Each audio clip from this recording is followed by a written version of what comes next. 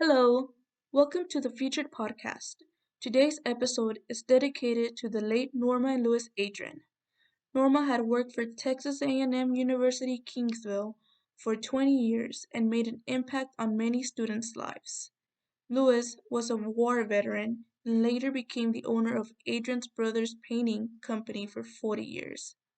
The dynamic couple had an impact on the Kingsville community and at Texas A&M University. Please enjoy this episode. The wheels squeak as Norma is rowed down the hall and into her husband's room. The two join hands as they did the day of their wedding, vowing to death do them part. Two elongated beeps seared the room as Norma and Louis departed together. Complications due to COVID-19 had stripped their lives. Norma L. Barrera Adrian was born on October 3, 1949 in Falfurrias, Texas.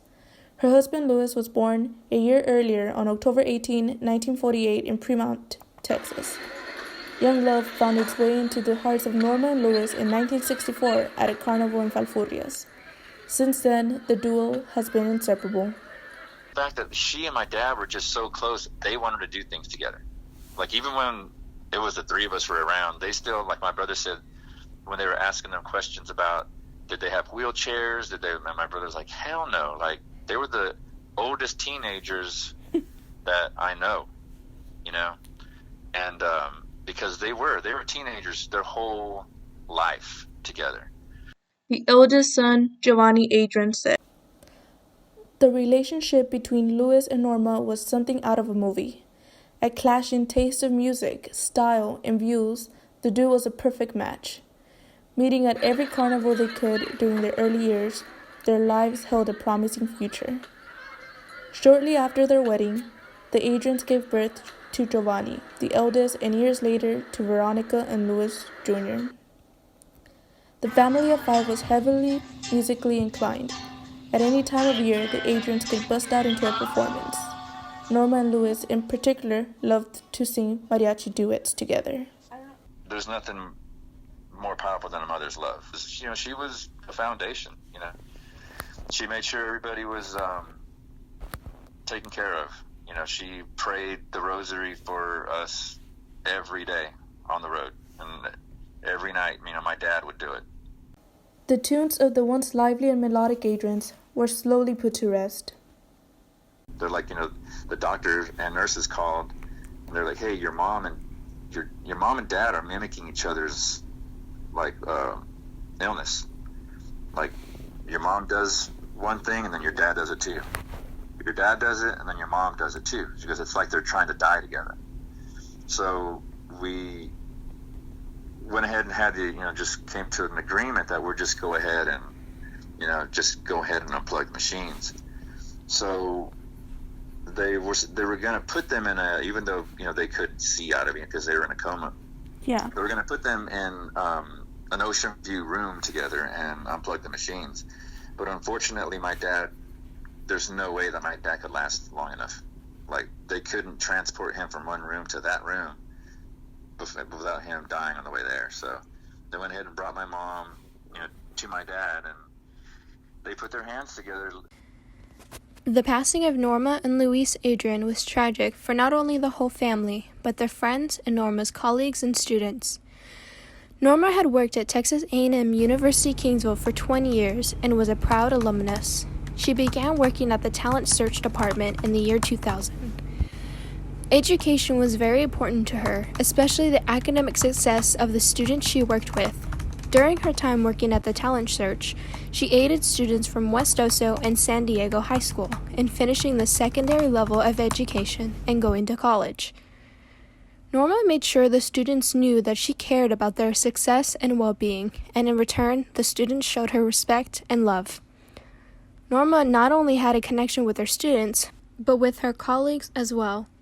Norma brought eminent joy, positivity, and enthusiasm in the workplace. She took the time to have meaningful conversations with her coworkers and connect with them on a deeper level.